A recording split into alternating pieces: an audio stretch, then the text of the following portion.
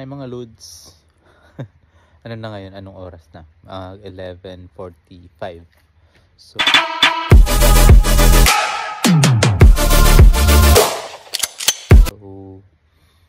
nakauwi ako kanina, nag-gym kami. So nakalimutan ko yung cellphone ko doon, nag-charge. So titingnan natin kung doon pa rin. So ano nga, nag-aantay ako ng bus. So yung bus is 11:47. Gising pa ako ngayon.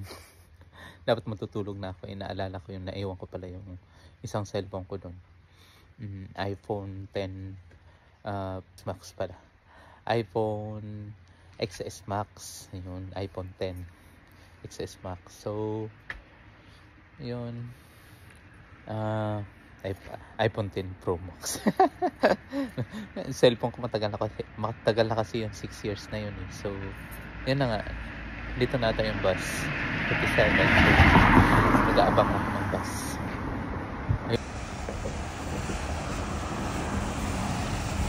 Ito na nga mga kaluluwa. Thank you.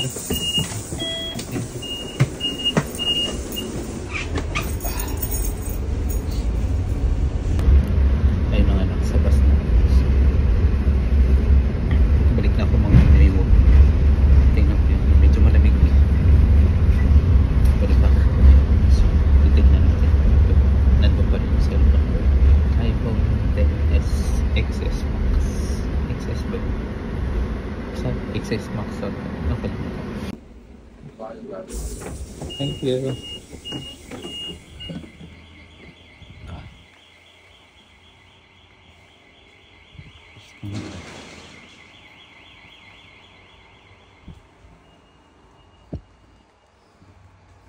Ito pala, nandito na ako sa Muiwa mga kalod. So, yun na nga. Ito na. Ito yung terminal dito. Sa Muiwa. Yan din yung sasakyan ko rin mamaya. So, pupunta lang ako doon. Pupunta ko yung cellphone. Dito na ako sa Muiwa. Dito yung ferry mga kalods. Yan. Tapos, McDonald's. 7-Eleven 24 hours yan. So ayun na nga, malamig. Naka-short lang ako. Chinelas.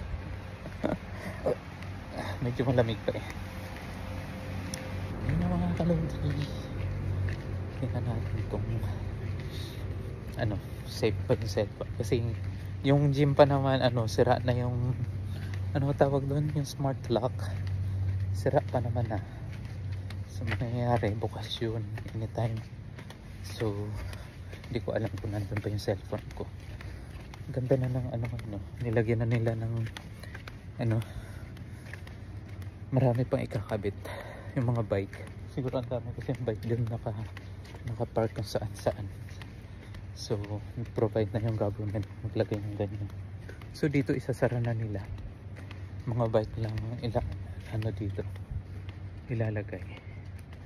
So dati yun dyan, kotse nakapark, parking lot. So malapit na ako sa gym mga kalods.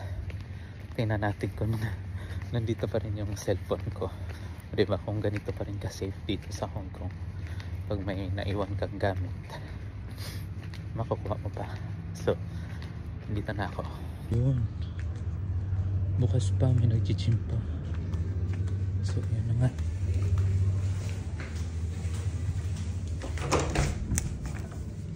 Yan. Dito na ako sa gym. So dito pa nga, boss pa yung ilang eh. So yun, ayun ang cellphone ko. iPhone. Yan, para makita ko sa ako ba talaga. So yun na nga. Sa akin nga to. So kukunin ko lang. So ganun pa rin. Kasi nga, so yun na mga kalods, nakuha ko na. So ngayon balik ulit tayo ng Muiwa. Muiwa. Pwede pala. Mali-mali na. So ayun na nga kasi yung smart lock na yan sarap. So Yun, at least nakaka-set ko. So yan ang mga kalodi. So tingnan natin yung bus natin. So 12:10. So midnight 12:10 tayo sasakay mga kalod. So ayun na nga mga kalod, nakuha na natin yung cellphones. Kaya ayun, abang na tayo ng bus.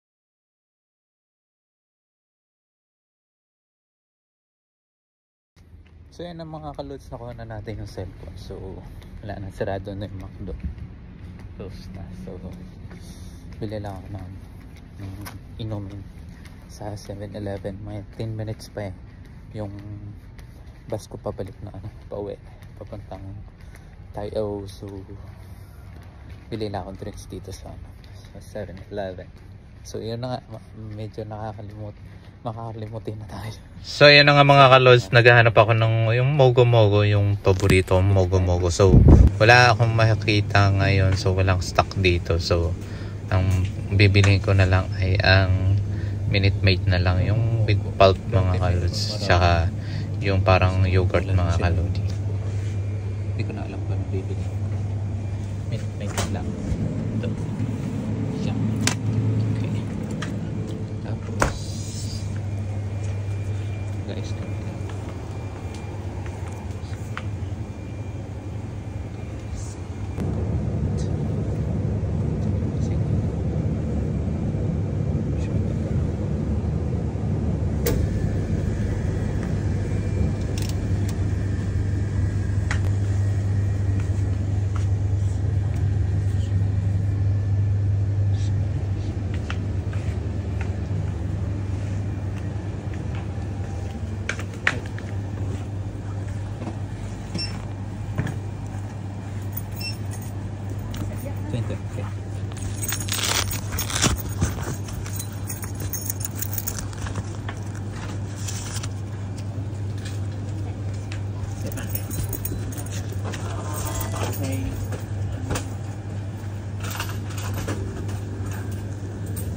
Thank you.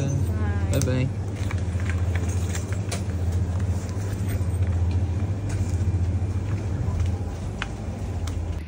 So, ayun na nga mga kalods, nakabili na ako drinks. Ito yung paborito ko. Parang ano to eh, lactose, parang Yakult siya. So, yun na, tsaka milk, Minute Maid. So, ayun, mag-aantay na lang tayo ng bus. Mga 8 minutes na lang. So, ayan na. Safe pa rin pag may maiwang cellphone sa gym o kahit dito. Basta mga ano lang, mga, hindi ko alam. Basta yan lang. So yeah, thank you. So dito na ako sasakay ng bus. Meron nang naka-ready bus doon. Yan yung bus 1. Dito, bus 1 going to Tayo. Yung dadaan yan doon. So ayan, salamat sa panonood mga kalods. Bye bye. So yun na, sakay na tayo ng bus mga kalods. Kuya, oh.